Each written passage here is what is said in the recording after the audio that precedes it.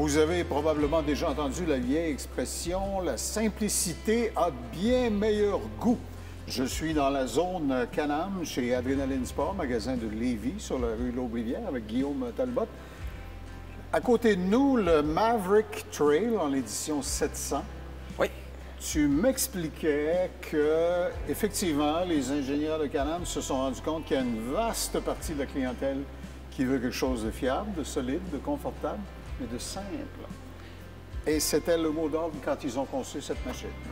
BRP, en créant le Maverick Trail, on fait une version simplifiée, mais aussi une version compacte pour les gens qui cherchaient un côte-à-côte qui n'est pas dans la démesure, qui n'est pas trop large, soit pour l'entreposage. 50 pouces, hein, c'est ça? 50 pouces de large, à peine plus large qu'un VTT. Là. Ouais, OK. Alors, pour les sentiers, ou si vous faufilez à des endroits plus obstrués, ou même pour les déménagements en remorque, c'est parfait.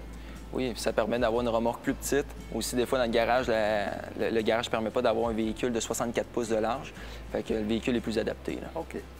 Une des premières choses qui m'a frappé quand j'examinais le châssis, je suis un gars qui bricole beaucoup de choses mécaniques, c'était de voir comment les points de montage des amortisseurs de suspension à l'arrière sont très loin, sont pratiquement à la hauteur du tuyau d'échappement.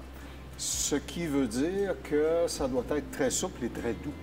Oui, en éloignant les points des amortisseurs, ça permet d'avoir une meilleure suspension à ce niveau-là. Un débattement. Un meilleur débattement, plus souple, plus plus confortable à ce niveau-là. OK. Et les gens qui essaient cette machine-là le reconnaissent. C'est un excellent compromis de confort et de puissance, là. BRP, c'est leur force. La puissance et le confort. Fait que c'est résumé dans ce véhicule-là. OK. Il est livrable en 2 motorisations. Celui-ci, c'est le 700. Tu m'expliquais que si le client opte pour un 1000, évidemment, le moteur sera un peu plus gros, puis il va y avoir quelques petites différences. Oui, dans le fond, une version 700 va venir comme ici avec des portes en filet. Okay. Une version 1000 va venir avec des demi-portes avec un moteur plus puissant aussi. Un 700, on va parler d'environ 52 forces, puis un 1000, on va parler de 75 forces. OK, donc c'est une différence... Une bonne différence. Appréciable. OK.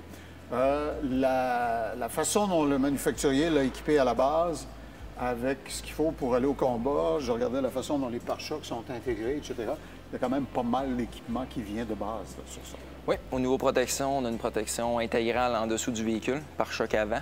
Il y a aussi possibilité de rajouter des plus gros pare-chocs si on veut, pare-choc arrière aussi. Il y a même des poutres de protection latérale. Oui, protecteur latéral pour les bas de porte. OK.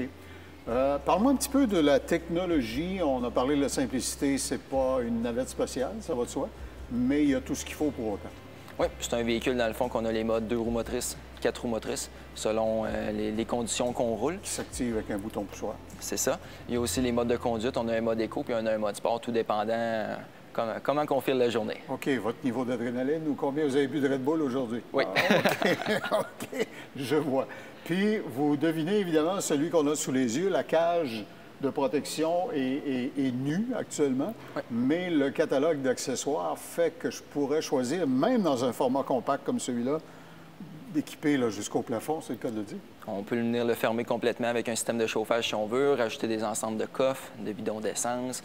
La possibilité d'accessoires BRP, c'est leur force. Puis les pare-brises, si on en veut un avec essuie-glace, ce sont des pare-brises qui vont être en verre, donc qui n'égratigneront pas comme du Lexan, par exemple. Oui, c'est ça. Les deux sont possibles. On peut avoir en polycarbonate ou on peut avoir un ensemble de pare-brises en verre avec l'ensemble d'essuie-glace. OK.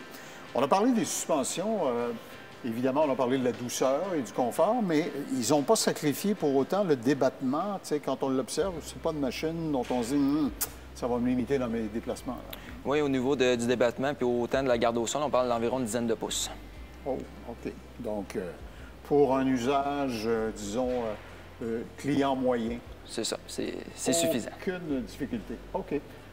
Parle-moi des pneumatiques. Ce que je voyais me semblait d'un usage, je ne dirais pas mitoyen, mais équipé là, pour faire à peu près tout usage. Oui, c'est vraiment un pneu tout usage qu'on voulait, un pneu qui n'est pas trop agressif non plus, mais qui permet quand on est dans des conditions plus difficiles, qu'on peut s'en sortir.